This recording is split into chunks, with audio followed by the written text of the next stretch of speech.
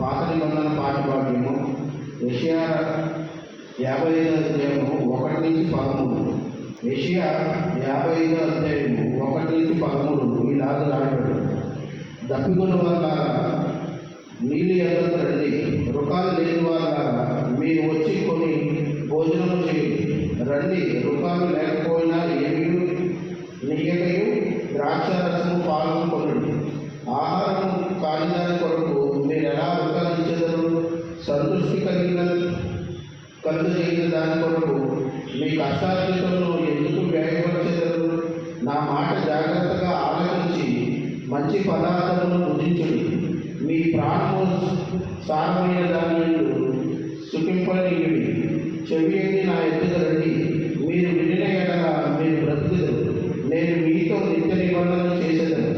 దావీదునకు చూపిన శాశ్వత కృపను మీకు చూపదు. ఇదిగో జనములకు సాక్షిగా అతన్ని నియమించదని, జనములకు రాజుగాను అధిపతిగాను అతన్ని నియమించదని. నీవు ఎరుగని జనులు నీవు పిలిచెదవు. నేను ఎరుగని జనులు యెహోవా నిన్ను మహిమపరచగా చూచి నీ దేవుడైన యెహోవాను బట్టి ఇశ్రాయేలు పరిశుద్ధ దేవుని బట్టి నీ యొద్దకు పరిగెత్తి వచ్చేదరు. యెహోవా మీకు దొరుకు కాలముందు ఆయన వెతుకుడి. ఆయన సమీపంలో ఉండగా ఆయనను వేడుకొనుడి. భక్తిహీనులు తమ మార్గమును విడవలను, దుష్టులు తమ తలంపులను మానవలను. వారు యెహోవా వైపు తిరిగిన ఎడల ఆయన యందు జాలిపడరు. వారు మన దేవుని వైపు తిరిగిన ఎడల ఆయన బహుగా క్షమించును. నా తలంపులు మీ తలంపుల వంటివి కావు, మీ త్రోవలు నా త్రోవల వంటివి కావు. ఇదే యెహోవా వాక్కు.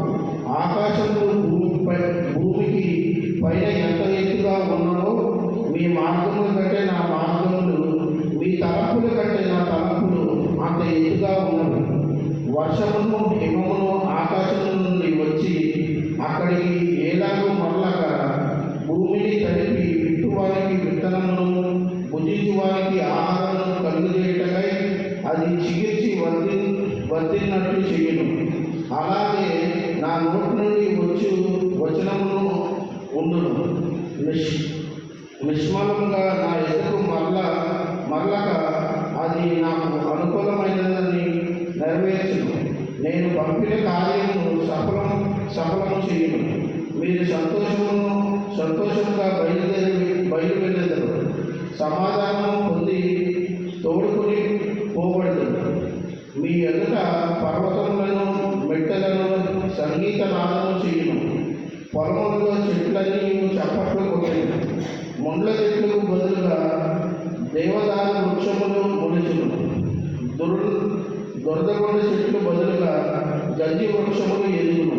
అది యెహోవాకు ఖ్యాతిగాను ఆయనకు కోట వేయబడిన నిత్యము జ్ఞాపక సూచనగా ఉండదు.